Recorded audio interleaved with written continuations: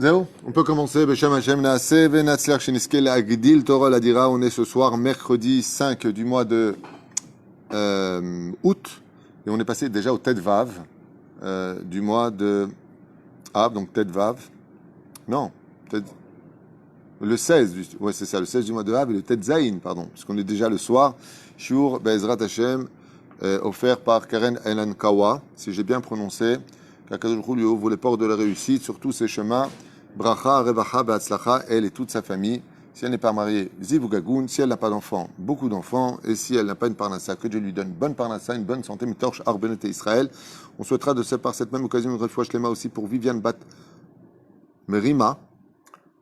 Refouach shlema, refouach nefesh, refouach tagouf, Ufren. Refouach shlema, Morat Imi Akdosha, Vateora, Sarah Talia, Batefrat, Myriam. Kol Echad Vachad Mibnei Israël. Que Dieu vous bénisse sur tous vos chemins. Sans plus tarder, comme on a deux cours à faire, je voudrais commencer le premier cours. Alors, je voudrais commencer, puisque vous savez que les lettres du mot Av, c'est Elul Ba. Normalement, l'étude, quand on arrive jusqu'à Tisha B'Av, l'étude qu'on appelle, qui doit être sur le chevet de chaque juif, c'est les halachot du Lashon Hara, le Moussar, par rapport à la Hardout. Quand on a dépassé ces dimensions de ce que l'on appelle retenir sa bouche, il faut passer à une autre dimension qu'on appelle la Teshuvah. Parce que le mois de Elul est propice à la Teshuvah. C'est pas quand est arrivé Elul qu'on fait Teshuvah, puisque quand on fait les slichot, on demande pardon. Quand on demande pardon à une chose, c'est qu'on a abandonné la chose. D'où la série de shiurim qui durera peut-être, je sais pas, on fera peut-être une série Bli Neder de 10 shiurim sur le fondement de la Teshuvah, en rappelant exactement qu'est-ce que la Teshuvah, quels sont les obstacles de la Teshuvah, et on commencera par ce premier shiur ce soir, Bli Neder, sur qu'est-ce que Teshuvah Bichlal, pourquoi faire Teshuvah. Alors, on va tout de suite commencer, donc je l'annonce Bezrat Hashem dès maintenant, shiur non préparé comme d'habitude, mais ça c'est pas grave. On va commencer par pourquoi faire Teshuvah, et ensuite, qu'est-ce qui nous empêche de faire Teshuvah, et les shiurim qui continueront après nous expliqueront plus grandement pourquoi Be'etzem, comment on fait Teshuvah, qu'est-ce qu'il faut arranger, qu'est-ce qu'il ne faut pas arranger, et ainsi de suite. Donc voilà. Si ça vous intéresse, on part pour une dizaine de shiurim. Donc pour ceux qui sont en face de moi, tant mieux, vous êtes en direct. Ceux qui sont de l'autre côté de l'écran, eh bien, vous pouvez aussi bien profiter, si vous en avez envie, et que vous adhérez à mes enseignements. Enfin, mes enseignements, ceux que j'étudie, quoi.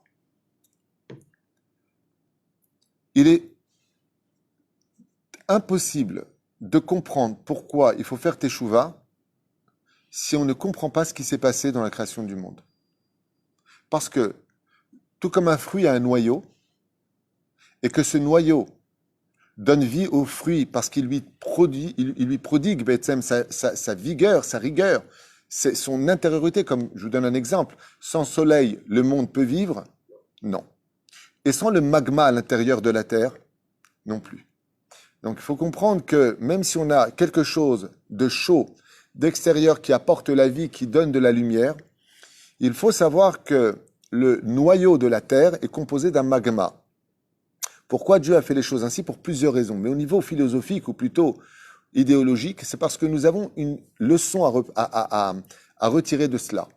Si je ne comprends pas comment le monde a été créé, que Dieu existe vraiment, que l'homme ne vient pas du singe, encore moins de Bob l'éponge, que Béhémet, ce qui est marqué dans la Bible, combien même ça se comprend à des niveaux différents du pshat, c'est-à-dire du premier niveau de compréhension jusqu'au monde le plus ésotérique que l'esprit humain ne pourrait même pas oser imaginer, si je ne comprends pas ce qui s'est passé là-bas, à l'échelle humaine pour moi, je ne comprendrai jamais pourquoi il faut faire Teshuvah.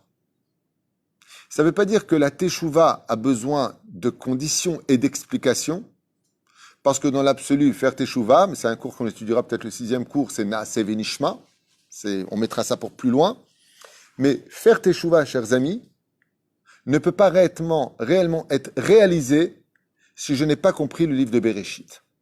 C'est pour ça que ça s'appelle au commencement. Si je veux savoir où je vais, je suis obligé de comprendre d'où je viens. Il n'y a pas de Géoula possible Si je n'ai pas compris qu'en tant que nation, je dois vivre la Géoula sur ma terre, mais pour cela, qu'est-ce que je suis obligé constamment de me rappeler? De la sortie d'Égypte. Ça veut dire qu'il n'y a pas d'avenir si je n'ai pas compris mon passé. Car pour pouvoir raconter à mes enfants ce que j'attends d'eux pour demain, je suis obligé de le faire entendre à leurs oreilles.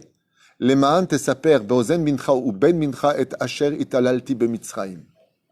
Si je ne suis pas capable de te raconter comment tu es né en tant que nation, tu ne sauras jamais trouver ta légitimité en tant que juif, en tant qu'hébreu et en tant qu'israélite sur ta terre. C'est cette origine qui te donne la réponse à chaque génération jusqu'à la fin des temps. Voici un peuple qui est sorti d'Égypte, donc je comprends qu'il va en Israël. Voici un peuple qui reçoit la Torah de Dieu lui-même, donc je comprends comment le juif doit vivre. Alors maintenant, on va se concentrer pour ne pas trop m'étaler comme j'ai l'habitude de le faire, mais il y a des gens qui, de l'autre côté de l'écran, ont des niveaux différents. Il y en a qui ont beaucoup d'années d'études, certains un peu moins, et d'autres pas du tout. Bon, on irait beyachad, be'ezrat Hashem itbarach, pour la grande réussite de Keren, qui a acheté donc ce chiour, et tous ceux qui nous soutiennent avec l'aide d'Hachem, le Klal Israël. Qu'est-ce qui s'est passé réellement dans l'origine des choses? Alors on ne va pas prendre le texte et l'étudier et faire une étude approfondie, ce serait des années d'études. C'est pour ça que tous les gens reviennent sur Bereshit. Le Créateur du monde a créé le monde. Ce qu'on n'arrive pas à comprendre, c'est que Dieu a créé le temps. C'est-à-dire qu'avant que Dieu ne crée le temps n'existait pas. Donc la question stupide de qui a créé Dieu appartient à la dimension du temps. Parce que pour avoir été créé, c'est qu'il y a une naissance, donc un compte à rebours du temps. Et Dieu a créé la création. Dieu a créé la notion de créer. Avant que Dieu ne crée cette formule qu'on appelle créer l'autre, ça n'existait pas. Donc, on peut comprendre ou pas Dieu? Pas du tout. Pourquoi? Parce que nous appartenons à une dimension fermée, définie, tandis que Dieu a créé, écoutez bien les mots, c'est important maintenant, l'infini. Ça veut dire, est-ce que Dieu est infini? Si vous venez de comprendre ce que je viens de dire, vous allez me dire, absolument pas. Non, si vous n'avez pas compris ce que je viens de dire, essayez de suivre les mots parce que c'est du français, tandis qu'en hébreu, c'est beaucoup plus, ce qu'on appelle le Ensof. Ensof Baruchu. En français, c'est beaucoup plus compliqué. Je répète, Dieu nous a mis, nous, dans une dimension qu'il a créée qui s'appelle le défini. Nous sommes définis, il y a l'univers, des planètes, des trous noirs, nous vivons, nous naissons, nous mourrons, c'est défini. Il a créé l'infini. Donc, est-ce qu'on peut dire quoi? Dieu est infini? Pourquoi non? Parce que c'est sa création. Ben oui, l'artisan ne peut pas être moins que ce qu'il a créé. Vous comprenez ce qu'on est en train de dire? Parce que si on veut réussir une teshuva, il faut vraiment comprendre qui nous sommes. Comment ça a démarré cette histoire? Pourquoi faire teshuva? Arrête, on peut tout à fait être quelqu'un de bien, de sympathique, et puis ne pas être spécialement attaché à 39 travaux du Shabbat, Yom Tov, touche pas, mange pas, dis pas, regarde pas, oh, lâche-moi les baskets. C'est quoi faire teshuva? Pourquoi faire teshuva? Quand Akadosh Baruch Hu a décidé de se dévoiler, il ne l'a pas fait. Lui-même ne l'a pas fait. C'est pour ça que la première création de Dieu, et là c'est quelque chose de très profond, donc ça va être encore plus difficile à expliquer, c'est quoi que Dieu a créé en premier? Vous n'allez pas me croire, c'est marqué pourtant dans le premier verset de Bereshit. Bereshit bara Elohim. Qu'est-ce que Dieu a créé avant de créer le monde? Il a créé les attributs. Il a créé des noms. Il a créé des noms dans lesquels il va enfin pouvoir se dévoiler dans le défini, qui passe par l'infini d'abord, pour entrer dans le défini, qui arrivera jusqu'à la plus petite créature du monde. Et la plus petite, la Terre. Qui n'est même pas digne d'être un microcosme de la création du monde. Quand tu étudies la Gemara, quand tu étudies le Zohar, et d'autres livres qui te parlent du salaire du juif dans la fin des temps, on parle de 1800 mondes aussi grands que l'univers. De quoi est-ce qu'on parle? Et encore. Même l'univers, il est petit. Ça veut dire que c'est infiniment grand. Je me rappelle, il y a très très très très longtemps, sans rentrer dans les détails, j'avais fait un rêve comme quoi je me trouvais au Beddin d'en haut. Et dans ce rêve, bon, c'est un rêve, vous avez raison, un rêve. Je ne voyais pas, alors que je voyais à l'infini, les murs de cette salle. Ça veut dire que quand on parle du monde d'en haut, c'est un monde qui est beaucoup trop grand. Dieu, qu'est-ce qu'il a fait? Il s'est, et là le mot, je vous demande pardon parce qu'il est un peu vulgaire, ridiculisé. Il s'est donné un nom. Dieu s'est donné un nom. Moshe qui s'est rapproché de Dieu au Arsinaï, alors qu'on connaissait Yudke Vavke, on connaissait Elohim, on connaissait Anochi, on connaissait Tsevakot, on le voit dans le livre de Bereshit, dans la Genèse. On arrive à Shemot, ouais, et Moshe il dit à Dieu, quel est ton nom? Et là, Dieu lui donne un autre nom, Eye, Asher, Eye. Tiens, salut. Tiens, je vais te donner un autre nom. Au nom de qui je viens? C'est-à-dire que le créateur du monde, il sait, lui qui est, je veux dire, infini, non. Défini, non. Ben, qu'est-ce qu'il va faire? Il va mettre des masques. C'est quoi les masques?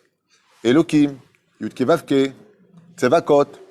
Il change, si vous préférez dans le langage kabbalistique, de trône. C'est pour ça que quand on s'adresse à Dieu et qu'on veut qu'il s'assoie sur le trône de la miséricorde, comme on le chante pendant les slichot, comme on le chante le lundi et le jeudi, El melech yoshev al kise rachamim u mitnaeg bachasidut. Je vais te placer en utilisant le nom qu'il faut pour toi, Hachem, de telle façon à ce que tu me regardes avec un attribut. Et donc, si cet attribut, tu acceptes de le porter au moment où je te parle, tu vas me pardonner parce que c'est l'attribut de chesed, de bonté. Donc, ça fait peur quand on entend ce genre de choses. Ça veut dire que, réponse absolue, il n'y a aucune différence entre le plus grand Talmid Chacham de la Torah et le plus grand athée de la Torah sur un domaine précis. Les deux ne savent pas qui est Dieu. Plus tu vas étudier la Torah, et plus tu vas comprendre que tu ne comprends rien. Plus tu vas étudier la Torah, et plus tu vas te rendre compte de combien Dieu est grand, à un tel point que même dire Dieu est grand, ça devient ridicule. C'est humiliant. Et c'est marqué dans la Gemara ce que je vous dis. Dieu lui a dit, son ami lui a dit, c'est tout, tu as fini avec Dieu. Mais pourquoi? Dieu est grand. Agibor, Dieu est puissant. Ve'anora, Dieu est terrible. C'est pas de Dieu dont on parle quand on dit ça dans la Mida. Quand on dit ça dans la Hamida, c'est pas de Dieu dont on parle.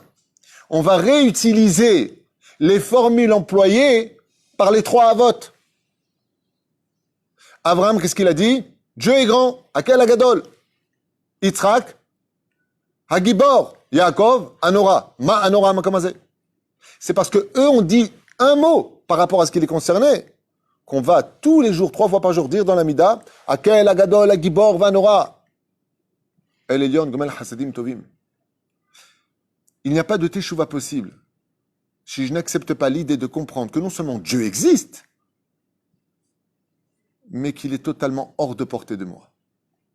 Et que quand je fais ma hitbo des doutes, que je veux parler avec lui, quand j'estime que je vais prier de toute mon âme et que Dieu va m'entendre, ça veut dire que le Créateur du monde va faire preuve d'une bonté divine qui sort de tout contexte, comme l'explique le Rav Kook.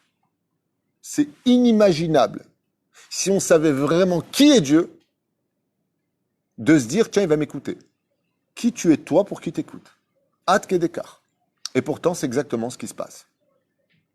Dieu nous observe, il nous écoute, et il note tout. Aïn roa, ozen shomaat, vechol maasecha, beseferin chtavim. Dieu s'intéresse à notre monde dans une échelle particulièrement détaillée. C'est-à-dire au niveau de ce que tu penses, ce que tu dis et ce que tu fais. Si on ne comprend pas cela, que Dieu existe vraiment et qu'on ne peut pas du tout ni comprendre Dieu, ni rentrer dans qui il est, ce qu'il veut, dans l'absolu. Comme moi, ça me fait rire quand il y a des gens, le mec il faut, il dit ouais, parce que t'as pas fait Shabbat. Ouais, on n'a pas de mazal parce que toi tu portes une jupe courte. Ouais, toi c'est pas bon parce que tu fais pas. C'est extraordinaire. Les gens, ils ont Internet avec Dieu. Ça veut dire, ils savent pourquoi. Sont capables de te dire pourquoi tu as eu un accident. Ah, voilà, pourquoi. Parce que comme tu ne comprends, tais-toi. Tu sais rien. Tu sais rien du tout. Il n'y a que Dieu qui sait absolument tout. Nous, on a un petit code qu'on va comprendre à un niveau différent, que ça correspond à ça. Peut-être. Avant de venir s'accuser que c'est à cause de ça. Afecha lo dea klum. Ce sont des dimensions, comme on l'a lu dans la 22e Mishnah du 4e chapitre de Masechet Avot, il y a 2 jours, ou hier. Non, c'était hier.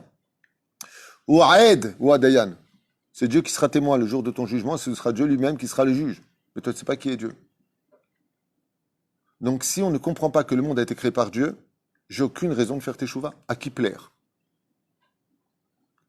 Maintenant, dans l'essence même de la Torah, Rabotai, qu'est-ce qui s'est passé? Dieu a créé l'homme. On est au 6e jour. Donc, créer le ciel et la terre, séparer les eaux des eaux d'en bas, créer la nature, créer le soleil, la lune et les étoiles, créer les animaux, aussi bien terrestres que dans les océans, et puis ceux qui sont dans le ciel. 6e jour, un jour fatidique, création de l'homme. Il crée Adam. Il le crée, et il appelle Adam en hébreu, pour qu'il lui ressemble. C'est pour ça que les lettres du mot Adam, Aleph, Dalet, Mem, sont les lettres du mot Edmé, qui veut dire celui qui ressemble. Comment tu dis ressembler? Domé. Quand je veux dire maintenant au if, il du verbe, il ressemble Edmé. C'est-à-dire, l'homme a été créé pour ressembler à Dieu. Qu'est-ce que ça veut dire? On va essayer de comprendre. Ça veut dire que l'homme a été créé pour travailler ce que lui a travaillé dans sa propre nature, ce qui est de plus en plus anti-nature. Dieu, c'est Dieu. Et comment le roi David l'appelle? Le manteau de Dieu, comment on appelle le manteau de Dieu? On n'a pas le temps. Adonai Malar Geout Lavesh. Le manteau de Dieu s'appelle l'orgueil. Et qu'est-ce qu'a fait Hachem? Il s'est ridiculisé à travers des noms qu'il va donner, se ridiculiser pour écouter des petites des petites créatures, alors qu'il est au-delà de toute dimension qu'il a créé, tout ce que l'on peut comprendre et ne pas comprendre. Et avec tout cela, il va créer l'homme. Et il va s'intéresser à lui. Et pour lui, il va créer un univers qu'on appelle la Terre aujourd'hui, et Sheva Chorve Lechet, c'est-à-dire les 7 planètes du système solaire. Tout ça pour l'homme. Velaharetz Nathan lui venait à Adam. Comme le dit le roi David, il a donné la terre à l'homme pour en faire un roi. Quand il a créé l'homme, il a créé parfait. Parfait. Il a créé, il avait 20 ans. Selon certains midrashim, il aurait fait, peu importe, 200 mètres de haut, il y en a qui disent 100 mètres de haut, peu importe. Il avait des dents parfaites, une beauté sans pareil, une bombe, un Tunisien. Bon, un Marocain aussi. Algérien. Bekitsour, il a créé parfait. Il a vu pour l'homme qu'il n'était pas bon. Donc, qui a créé l'homme dans l'absolu? Dieu. Si je ne pars pas de ce principe-là pour faire teshuva, je vais nulle part. Parce que si j'accepte pas l'idée que Dieu m'ait créé, c'est que je n'accepte pas l'idée d'être une... Bravo. Et donc, il n'y a pas de créateur. Donc, qui devient le créateur? Moi. Donc, j'ai aucune raison de faire teshuva. Et si je me prends pour le créateur, je suis rempli d'orgueil. Comment le monde a été construit? Dieu a mis de côté son orgueil. Alors, on peut construire l'autre. On peut construire l'autre que quand je suis capable de faire un retrait de ma personne et de laisser vivre l'autre dans mon univers. On avance très brièvement pour la première partie de ce shiur. Et voici qu'il y a eu la création de la femme. Peu importe comment il a créé, il y avait une queue derrière, il a pris de la côte. En réalité, les deux sont vrais parce qu'il y a eu plusieurs Èves. On ne rentre pas dans les détails, ce n'est pas le but de la Teshuvah, quoique il y a un rapport avec ça. Et puis, Ève est née, composée d'une beauté avec une natte qui descendait jusqu'en bas, d'une très rare beauté, puisque ça a été la plus belle femme de l'histoire. On dit même que la beauté de Sarah était ridicule à côté de celle de Ève, alors qu'on connaît tous par les écrits de quoi est-ce qu'on parle quand on parle de la beauté de Sarah et Ménou. Et puis, Dieu, il a donné 2 mitzvot. Dans la création du monde, il n'y avait pas 613 mitzvot. Il n'y avait que Dieu. Et c'est marqué dans la Torah. C'était quoi les 2 mitzvot, vous savez? Hein? Non. Hein? Oui, ça, tu as raison, c'est aussi une mitzvah. On va dire 3 mitzvot alors. Pour vous, c'est vrai que c'est marqué, mais c'est marqué aussi pour les animaux. Je parle de l'homme. Quand il les a mis au jardin d'Éden, qu'est-ce qu'il leur a demandé? Les ovda ou le shomra. C'est tout. Voilà ce que nous dit la Torah. L'Erovda, tu travailleras le jardin d'Éden, ou le chômera, le garder, tu le protégeras. C'est deux mitzvot qu'il a donné. Il y en a une qui est au sens actif et une qui est au sens passif. Qu'est-ce que Dieu lui a donné comme deux mitzvot? Il lui a donné le titre des 613 mitzvot. Mitzvat assez et mitzvat lota assez. Il a dit à Adam Arishon, voilà, toi je vais te donner juste deux choses. D'un côté, tu travailleras, mais il n'y avait pas de malédiction. Les ovda, le fait d'apprécier ce que Dieu va te donner, ça va être l'action que je te demande. Sois heureux. Gan Eden, le paradis, c'est fait pour être heureux. J'étais dans un endroit, c'était beau, quel paradis. Le mec, il vient pas avec une tronche de tchabéav quand il revient du paradis. Ouais. Et qu'est-ce qui a marqué après? Ul shomra. Ne faute pas. Ne fais pas. Ça part de ces deux principes. Dans la Torah. Vous connaissez tous la suite, brièvement. Ève, pour des raisons très très profondes, va vers l'arbre interdit, l'arbre de la connaissance du bien et du mal, alors que juste à côté, au milieu du jardin, se trouve un autre arbre qui s'appelle l'arbre de la vie. Donc il y a deux arbres. Puis voilà que d'un coup, un des serviteurs de la création du cinquième jour, le serpent, à prendre avec des pincettes, vient voir Ève, pendant que Adam, eh bien, ni il garde, ni il protège. Il dort. S'il était réveillé, il n'y aurait pas eu ça. Et encore une fois, tout ce que je dis, ça prend avec des pincettes, c'est très ésotérique, on est en train de parler de choses qui sont loin, loin d'être ce que je suis en train de raconter. Là, c'est un peu théâtral pour qu'on comprenne au niveau humain. On est très très loin. Faire très attention à cela. On parle de monde totalement spirituel, si vous voulez comprendre de quoi on parle. Il n'y a rien de matériel là-dedans. C'est que du spirituel, un très très très très très très haut niveau que on n'a pas les yeux assez purs pour rentrer là-dedans. Bekitsour, on reste au niveau du pshat malgré tout. Ils vont se retrouver comment? Nus. Ils étaient nus. Ils ne se rendaient pas compte. Ils n'avaient pas honte. Ève mange du fruit et d'un coup ses yeux s'ouvrent. Sa neshama réalise quelque chose qu'elle n'a pas réalisé avant. Elle sait qu'elle est mal. Elle a compris qu'elle a fait une bêtise. Qu'est-ce qu'elle a fait? Elle a ouvert une porte qui devait rester fermée dans l'histoire. Mais elle a ouvert cette porte. Cette porte ont deux portes. Ce sont les deux yeux. Qu'est-ce qu'elle fait maintenant qu'elle voit, qu'elle se rend compte qu'elle est nue?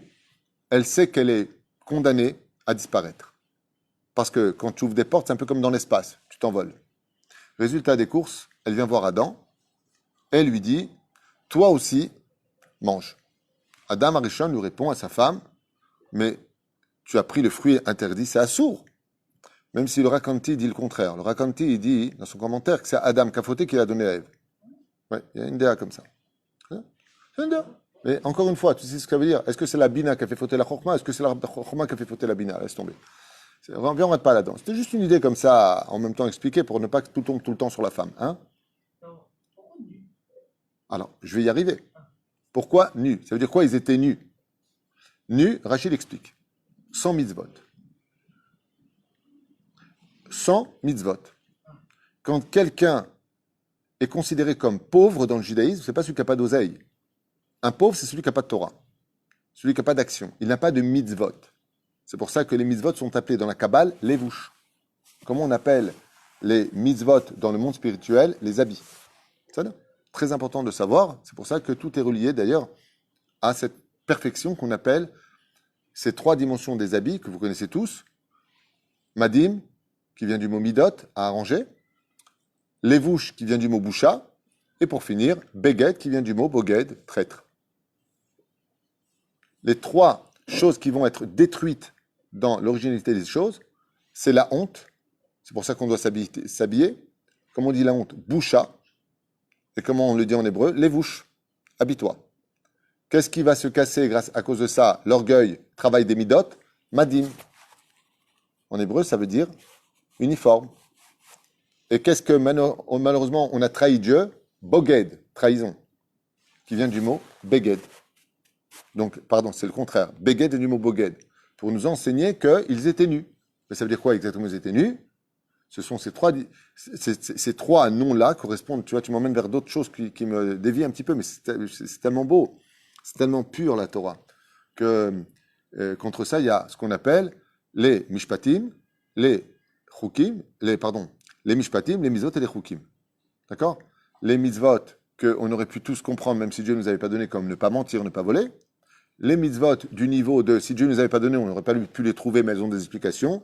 Et les chukim, des mitzvot que Dieu nous a donnés, mais qu'on n'a pas du tout notion dans leur compréhension, leur racine et leur signification. D'accord? Pourquoi trois? Par rapport à ces trois mots qu'on donne aux habits qu'on doit réparer. C'est encore un autre sujet. Et il y a une faute originelle. Cette faute originelle va malheureusement engager des réparations. Parce qu'avec Dieu, il n'y a pas de désespoir. C'est l'avantage qu'on a. L'avantage qu'on a quand tu fais une bêtise sur terre, c'est la prison. Quand tu fais une bêtise avec Hachem, il n'y a pas de prison. C'est d'abord répare. Je trouve ça plus intelligent. Je vous pose une question. Un mec vole 50 000 euros à une personne. Il se fait arrêter, 1 an de prison. Magnifique. Deuxième option, rembourse-le. Et pars. Vous, si ce sera de chambre, vous préférez quoi? Qu'il fasse 1 an de prison ou qu'il vous rembourse? Lui dit les deux. Intéressant. Docteur Naoum? Rembourse?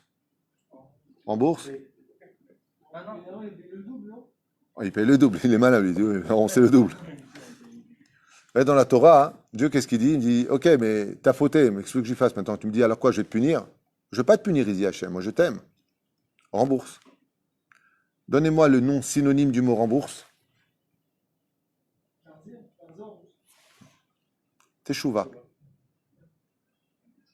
Vous venez enfin de tomber sur l'essence même de pourquoi faire Teshuva. Teshuva, c'est, maintenant que tu as fauté, tu as mangé du fruit interdit. Ouais. Ben, rembourse, remets le fruit à sa place. Comment je rembourse? C'est quoi le mot qui rembourse? C'est le mot Teshuva. Faire Teshuva, c'est être capable de comprendre que je perpétue des erreurs au lieu d'être les Ovda ou le Shomra, je vais perpétuer la faute en prenant des choses et les déplaçant de leur contexte, malheureusement, donc en volant des propriétés qui ne m'appartiennent pas. Pourquoi? Tout simplement parce qu'il va falloir maintenant que je les rembourse. Faire Teshuva, c'est rembourser les dégâts qui ont été occasionnés. L'opachot, velo yoter. Et ces dégâts-là sont empreints de 39 malédictions. 10 pour l'homme, 10 pour la femme, 10 pour le serpent, 9 pour la terre. Il y a un jour qui va être capable d'être un grand jour du remboursement, le Shabbat, d'où les 39 interdits, les 39 travaux interdits du Shabbat, et de l'autre côté, la fabrication des 39 travaux du Beth Amikdash, comme on va dans le Sechet Shabbat. Ce qui fait que moi maintenant, si je veux réparer ce que j'ai cassé, comme un meuble, imaginez maintenant qu'il y a un meuble et je le casse. Ok? Maintenant, je vais le remonter. Mais je ne sais pas comment on le remonte. Je prends le mode d'emploi. Ça s'appelle le Shulchan Aruch. Le mode d'emploi pour remonter ce que j'ai détruit, dans l'ignorance de mes bêtises, va être pour moi là, le premier pas dans la Teshuvah. Qu'est-ce que Dieu maintenant attend de moi? Puisqu'il a dit à Adam Arishon, tu pourras manger de tout ce que tu veux, mais fais attention. Il y a des choses que tu ne peux pas toucher. Il y a des choses que tu ne peux pas goûter. Il y a des choses que tu ne dois pas regarder. Si vous regardez bien dans le livre de la Genèse, Ève a vu. Ensuite, elle l'a goûté. Ensuite, elle l'a déplacé. Vous retrouverez la même chose de Shabbat Kodesh. Elle a éteint les lumières du monde, la femme allume les bougies. Elle regarde les bougies. Ensuite, elle a pressé le fruit de lui donner à manger. On prend la coupe de vin. Le Ben Ishraï dit, qui lève cette coupe de vin vers le mari? La femme. Parce que tout comme elle lui a tendu dans l'interdit, ouais, elle lui retendra dans le permis. Et ainsi de suite. Ce qui fait que chaque geste que nous avons dans Shulchan Aruch de comment être Shomer Shabbat, comment être Shomer Kashrut, comment être ceci, comment être cela, vont tout simplement réparer l'histoire pour laquelle nous sommes venus. En d'autres termes, depuis la faute originelle, nous les humains, On est venu faire quoi? Réparer. Mais ce qu'il faut comprendre, c'est que, et c'est ça qui est dommage, je finirai avec ça pour ce premier cours, ce qu'il faut comprendre, c'est que la teshuva, c'est une roue de secours. Ça veut dire que quand Dieu a créé l'homme, il a créé la teshuva avant de créer l'homme, parce qu'il savait que l'homme pouvait tomber. Donc la teshuva, c'est un joker, c'est un cadeau. C'est comme quelqu'un, il dit, et si tu ne réussis pas tes affaires, comment tu vas payer tes créanciers? Ne t'inquiète pas, mon père, il m'a laissé une bourse très importante à la banque. Ça s'appelle la teshuva. La teshuva est la chose la plus extraordinaire, comme disait le Rav Kook. C'est la seule, on peut dire, la seule dimension existante qui dépasse totalement toute logique de la création du monde. C'est incompréhensible. Imaginez, chas shalom, une image. Un mec qui vient, une image, hein, il vous brûle la maison. Pas vous, hein, chas shalom. Il vous raye toute la voiture. Il vous fait les pires crasses. Il fait du mal à vos épouses. Il fait du mal à vos enfants. Il vient vous voir et il vous dit pardon. Ça vous fait rire. Même lui, il ne veut même pas réagir, même pas en rêve. C'est ce qu'on fait toute l'année. Le Créateur du monde, il a donné des ordres. On mange sans bénédiction, on ne fait pas Sheret Sarat à Adam, on ne met pas les tefilines, et si on les met, on fait un peu la tronche à n'importe quelle heure, on fait du n'importe quoi. On vit notre vie comme on a envie de la vivre en tant qu'humain. Je ne juge pas, j'explique. Ouais. Et on arrive à Kippour, on dit à Dieu, au fait, tu sais, l'infini, le très grand, je ne sais pas quoi, parce que tu es tellement... j'ai oublié de te dire, comment on dit Roger, comment on dit? Pardon. Pardon. Et là, Dieu dit, Rav Kook qui dit, vous savez pourquoi les gens ont du mal à faire tchouva? Rabbi Avraham Yitzhak Cohen Kook qui dit, vous savez pourquoi les gens ont du mal à faire tchouva? Parce que c'est tellement incroyable que personne n'y croit. Quand tu veux dire, je fais tchouva, ben comme dit le Rambam de l'Chot Teshuvah, quoi. Tu pleures, tu regrettes vraiment dans ton cœur, même si tu n'as pas prononcé dans ton cœur, on ne te rappelle pas une seule faute dans le ciel. C'est débile. C'est débile. C'est comme le mec qui vient, il vient dans ton jardin se garer, il te défonce ta voiture, il te ruine ta vie, il te pourrit ta vie, et il vient te voir, au bon moment, il te dit je suis venu te dire, j'ai pas été correct. Ah ouais? Donc, je te demande pardon. Ah ouais. Mais, tu sais pourquoi je te demande pardon? Non. Parce que je me suis rendu compte que j'avais beaucoup d'amour et d'estime pour toi. Je te dois quelque chose, et l'autre, tu lui réponds, viens dans mes bras. Tu me dois rien. Ce que je vous fais, c'est pas une caricature, c'est exactement ce qui se passe. Tu fais tchouva avec amour, t'as même pas besoin de réparer. Comme ça, dirait Shlakish dans la Gemara. Mais c'est incompréhensible. Le mec, il a fait les 400 coups. Il vient, il dit réellement pardon à Dieu, et Dieu, il dit ok, il n'y a plus de dette. Ça n'existe pas. Essaie de faire ça avec la banque. Le mec, il prend un prêt à la banque. Il n'arrive pas à rembourser. Il vient voir le directeur. Il lui dit, vous savez, j'ai beaucoup d'estime pour vous. J'ai beaucoup d'amour. Je regrette d'avoir pris le prêt parce que je ne peux pas le rembourser. Et là, le directeur, il se lève, lui dit, Yaouldi, viens dans mes bras. Efface sa dette. La maison, la voiture, et il est rayé de la banque, il est prévenu partout, il est ruiné. De quoi est-ce qu'on parle? De quoi est-ce qu'on parle? Et le Créateur du monde. Mais pour cela, il faut accepter une idée. Dieu nous a dit, ça tu fais pas. Si tu trahis l'histoire, alors tu vas t'engager dans des situations où tu devras réparer parce que tu étais nu. Maintenant, il va falloir te rhabiller. Ça s'appelle les mitzvot de la Torah. La pudeur, parce que tu as parlé avec le serpent qui t'a jeté son venin du Lachon Hara, apprends à te taire. Parce que tu as regardé les fruits, interdiction de regarder les choses, c'est à toi de réparer tout ça. Mais si tu ne crois pas à cela, tu n'as aucune chance de faire une réelle teshuva, si ce n'est qu'une teshuva théâtrale. Si tu n'as pas compris que la teshuva, c'est très important, au point de comprendre que maintenant tu existes que pour ça, et la Gemara va plus loin, et grâce à Rabbi Nachman dans le Likutei Moharan, on comprend ce que dit la teshuva. La Gemara, elle dit que le Baal teshuva doit faire teshuva. C'est-à-dire que même celui qui est né dans la Torah, il doit faire teshuva. Mais c'est pas possible. La teshuva, c'est quand tu as fauté. Il y a la teshuva de la teshuva écrit dans le Likutei Moharan. Rabbeinu, il dit, quand tu as fait teshuva, tu dois faire la teshuva de la teshuva elle-même. C'est quoi la teshuva de la teshuva? C'est la teshuva d'avoir utilisé la teshuva pour faire teshuva. Qu'est-ce qu'il dit? Hein? C'est la Torah numéro 6. Bravo. C'est d'une profondeur, mais alors, cette Torah de Rabbeinu sur la tchouva de la tchouva, on a des exemples comme ça, al Pi vous connaissez? Bah, par exemple, le mec, il rêve que pendant Shabbat, le matin, il a rêvé que ses dents qui tombent. Il a pas vu de dentifrice, il n'a pas vu de brosse à dents, il n'a pas entendu parler des dents, il n'a pas été choqué par quelqu'un qui avait des dents blanches ou des dents noires ou esquintées. Il se lève. D'accord? Bon, aujourd'hui, les rêves ne veulent plus rien dire, mais à une époque, ok? Qu'est-ce qu'il doit faire Shabbat? Jeûner. Mais donc, il va pas manger, il va pas faire le kidouche, boire, rien. Parce qu'il jeûne. Qu'est-ce qu'il doit faire dimanche? Mais je comprends pas. La Gemara, elle te dit, si tu rêves d'une chose pareille, jeûne. Sur place, tu jeûnes. Ok? Très bien. Si cette Gemara elle me dit, tu jeûnes. Si la elle te dit, Bémet, il va avoir un me dit, ok, jeûne. Il doit jeûner. Pourquoi? Parce qu'il serait peut-être en danger de. Ok? Alors pourquoi tu veux que je jeûne dimanche? Il dit, oui, mais cette teshuva que tu as fait, elle a besoin d'être réparée. C'est-à-dire que quand tu prends une roue de secours et que tu l'utilises parce que ton pneu il est crevé, il faut réparer la roue de secours. Ça s'appelle la teshuva de la teshuva, mais on reviendra sur cette notion-là dans un cours numéro 4 ou 5, parce qu'on arrête maintenant ce chiour, pour le continuer dans 2 minutes. Donc pour ceux que ça intéresse, pour voir pourquoi on ne fait pas de teshuva, quels sont réellement les éléments sur notre chemin qui nous empêchent d'être des gens qui utilisons cette occasion de dire, tu te rends compte ce qu'on a? Peut-être que c'est facile de fauter sur terre, peut-être que c'est vrai qu'il y a plein de choses qui nous attirent, mais il suffit simplement de dire, temps mort, réparation, teshuva, revenir.